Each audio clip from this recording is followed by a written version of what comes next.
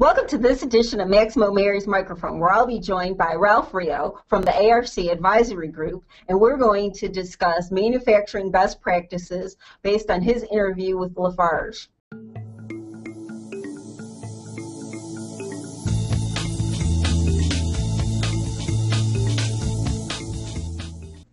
Welcome, Ralph. So can you tell me a little bit about yourself and about your recent interview with the cement division of Lafarge? Sure. I'm Ralph Rio with ARC Advisory Group. I've been with ARC for 13 years, and my overall career is 40 years associated one way or another with industrial environments and manufacturing, either on the supplier side, user side, or as a consultant. And ARC is an advisory service company that focuses on the manufacturing and industrial industries. And I had the great opportunity to interview the director of IT at Lafarge about their Maximo implementation and how they're using it to achieve a core competitive advantage in operational excellence, which translated to higher shareholder value.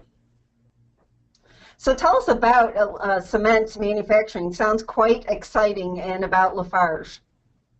Well, Lafarge is a very old company. It started in 1833, and in 1846 it supplied the cement that made the Suez Canal. And of course, since then it's grown to be a much more larger company and a global company with 126 plants in, I think it's 47 countries around the world. A very large manufacturer of cement, in fact, the #1 supplier globally of cement. And this cement is pretty important to society and humanity because 50% of the population of the world is now living in cities, and it's forecasted to grow to 70% by 2050. Now, this urbanization requires roads, buildings, housing, pipes, all things made out of cement that Lafarge helps produce. So it turns out cement is pretty important to humanity, and Lafarge is doing a great job making it. Everywhere we look, we see cement, and we see the impact of cement on humanity, as you were saying. So can you summarize some of the key challenges that Lafarge faces? Well, yeah, it's a commodity business. What that means is the cement is made to an ASTM standard and bought based on that standard. So the price is pretty well set by the competitive marketplace. And at the same time, all the manufacturers have similar costs. So the difference, price from cost, is a margin, and that's pretty much determined by their operational performance. And the better at executing the plan and making cement operationally is the one that gets competitive advantage.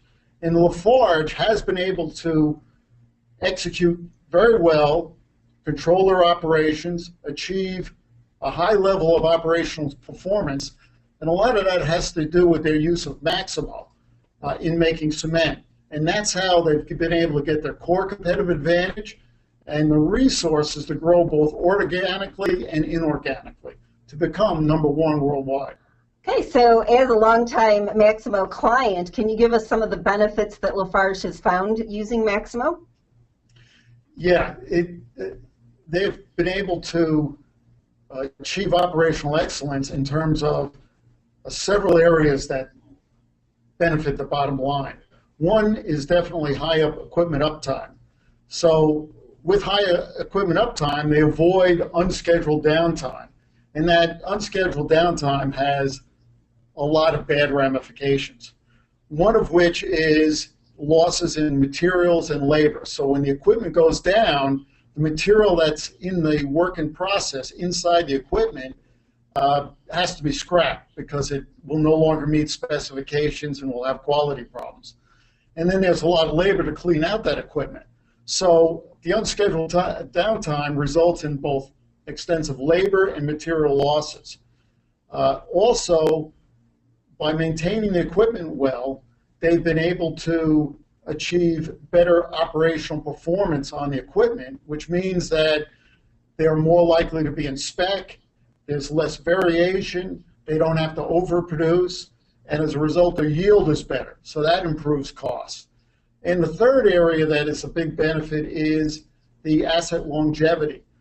By maintaining the equipment well, using Maximo, the assets last longer, and that conserves cash on the balance sheet. They don't have to take cash and use it to buy equipment, and that makes the balance sheet look better from a financial perspective, from the viewpoint of the analysts on Wall Street.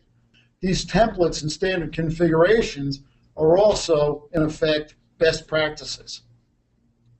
So this allows Lafarge to institute best practices in all the 126 plants around the globe.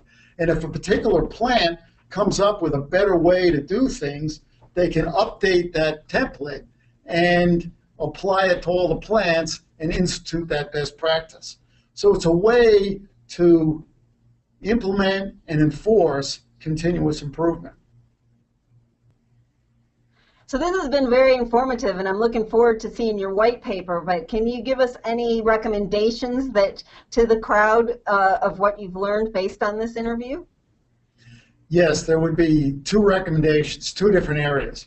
One has to do with the effect on the P&L statement and balance sheet. We talked about that a little bit earlier, but there is a direct relationship to those things, and the CFO and your financial types, when you're talking about upgrading Maximo or implementing a brand new maintenance management application, will listen to and appreciate those kinds of benefits. So the first recommendation is to use them.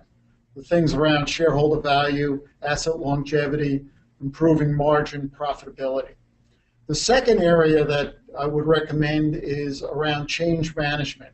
One of the lessons learned from Lafarge is that they should use the standard practices that occur with change management. Things like communicating very broadly and often, telling people what's going to change, how it's going to affect them, and what's the benefits to the business. Thanks very much, Ralph. Those recommendations were insightful, and we appreciate your time today. And thank you, everyone, for listening to this edition of Maximo Mary's Microphone. I hope you found it insightful for the manufacturing industry. Thank you.